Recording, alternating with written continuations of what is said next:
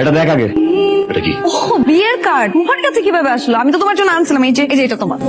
মানে কি স্যার? সবকিছু খুব সাডেন আসলে হয়ে গেল। বাসা থেকে ভালো ছেলে পেলো আর বললো যে বিয়ে ডেট ঠিক। আর আমি তো কখনো মা বাবার কথা ফেলতে পারি না, এই জন্য একদম হুট করে আসলে এরকম একটা ডিসিশন। সরি, আসলে তোমাকে আগে বলা হয়নি, হুট করে হয়ে যাওয়ার কারণে।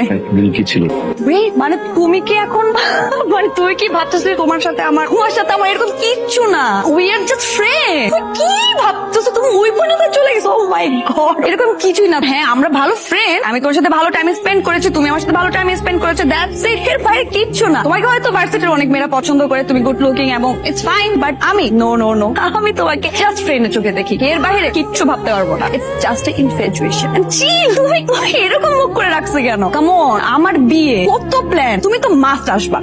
আমি তোমার সাথে ভালো টাইম স্পেন্ড করেছি, তুমি আমার সাথে ভালো টাইম স্পেন্ড করেছো, দ্যাটস ইট। এর বাইরে কিচ্ছু না।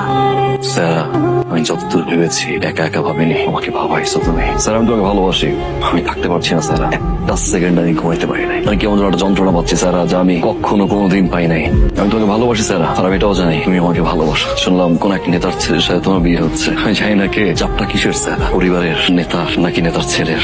স্যার আমি চা খেতে গেলেও 500 বাইক আমার পিছনে থাকে, আমি ভিপি তুষার। আর যাকে ভালোবাসি তাকে উঠাই নিতে কত হাজার বাইক পিছনে থাকবে তুমি জানো স্যার, বাট আমি এগুলো চাই না। একটা ওয়ার্ডে আমাকে একটা অ্যান্সার দাও স্যার, আই প্রমিস আমি এখান থেকে চলে যাবো sir. Do you love me, yes or no? একটা বলো না, একবার বলো ভালোবাসো, আমি এখান থেকে চলে যাবো স্যার, আই প্রমিস। তোর সামনে বলতে আসবো না কখনো না, একবার বলো না ভালোবাসো না, একবার বলো না ভালোবাসো। চলো স্যার, আমি এখন তোমাকে বিয়ে করবো, রাইট না? কিসের যে যা থাকুক এখানে, আই প্রমিস আমি বিবি তুষার তোমাকে এখন বিয়ে করবো। আর কিসের বলো না, বিয়ে করবো রাইট নাও।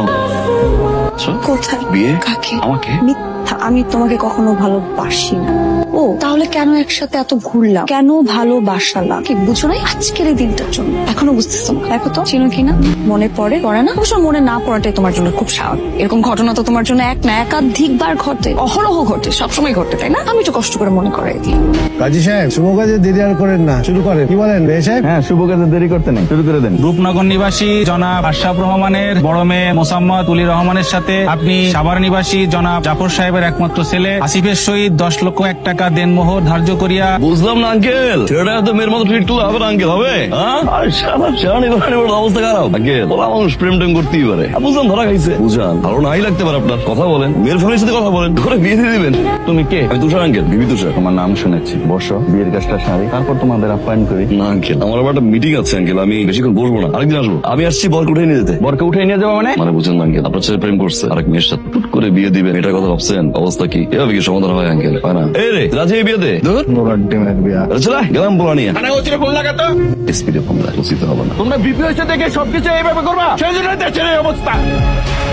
এই মেয়েটা সেদিন বিয়ের আসর ছিল, পরিবারের সিদ্ধান্তে বিয়ের পিড়িতে বসে। আর যখন একটা মেয়ে পরিবারের সিদ্ধান্তে বিয়ে করতে রাজি হয়, তখন ওই মেয়েটা ওই মানুষটাকে নিয়ে স্বপ্ন দেখতে শুরু করে, স্বপ্ন দেখতে দেখতে ভালোবাসতে শুরু করে। কবুল বলার আগ মুহূর্তে যখন ওই মেয়েটা যে স্বপ্ন আর ভালোবাসাকে ছিনিয়ে নিয়ে যাওয়া হয়, তখন ওই মেয়েটার কেমন লাগে সেটা আপনি বুঝেন? বাদ দেন, সেটা আপনার বুঝতে হবে। পরিবার, আত্মীয়, সমাজ, সবার সামনে যখন ওই মেয়েটার বিয়ে ভেঙে যায়, ওই মেয়েটার কেমন লাগে সেটাকে আপনি বোঝেন? কতটা ছোট হতে হয়, কি পরিমাণের কথা শুনতে হয়, কি কি ফেস করতে হয় সেটাকে আপনি বোঝেন?